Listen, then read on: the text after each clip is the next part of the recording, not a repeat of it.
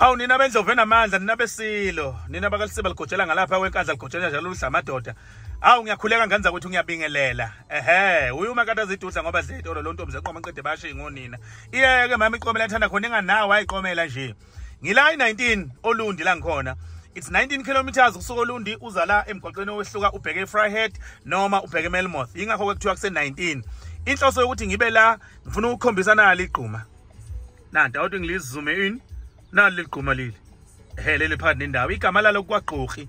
Kulapho khona ke impi yelembe yamaZulu eyalwa khona nempi yamandwandwe yenkosi uZwide ngo1818. Impi yamaZulu yayiholwa yili ilembe uqobo iphakwa yili uqobo ilembe ushaka kasenza ngakhona uDumehlezi kaMenzi. Igawu bazoluma bazoliphimisa bakhumbula umgwawu bebesa. Suka madoda. Khona la kulapho khona ke impi kaZulu yanqoba khona amandwandwe kunzima kodwa kwashita ilembe ngobuhlakani balo namaqhinga lawa wasebenzisa la inqoba leyo impi leyo. uZwide wayengayiphumanga le impi bakwethu njengoba sibonile emidlalweni lo kamabona kude kuveza uZwide walwa kule impi cha bakwethu. uZwide wayesekhulile eseyindoda nje yayilapha ko60 iminyaka wayengasayiphuma impi wayezela inqwaba yensizwe ezayingamaqhawe nokuyizona ezayihola impi yakhe ngokubambisana nomdidiyeli wempi yakhe uSoshangana. Yalwela lapha ke leyo mpi ke ahlula lapha kamandwandwe la emahlabathini ondini kwelakithi madoda phezulu komfula imfulo zemhlophe. Yilo leligquma lelilodumo uGqokhi lo. Bathi kosomlando ihlathi langa ngabe iningi kanje njengoba kuminyene manje. Bathi kwagcwele nje utshani zikhona izihlahla kodwa zimbalwa. Impi yelembe ke ikanse lapha na igquma nje lembethe lonke phezulu eyamandwandwe iqhamuka phansi.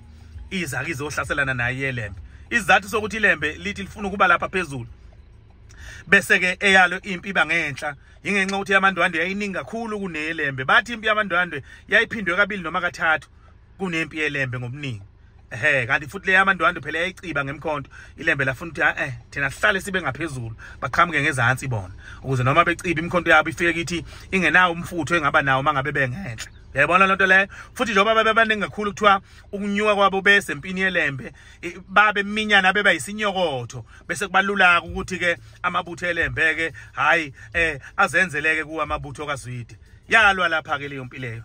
Bathi leyo mpi yayinzima ngendlela eyisimangaliso yalwa iphakwa yili lembe lanqoba ke ilembe noDumehlezi kaMenzi madoda khona la ngonyaka ka1818. Dango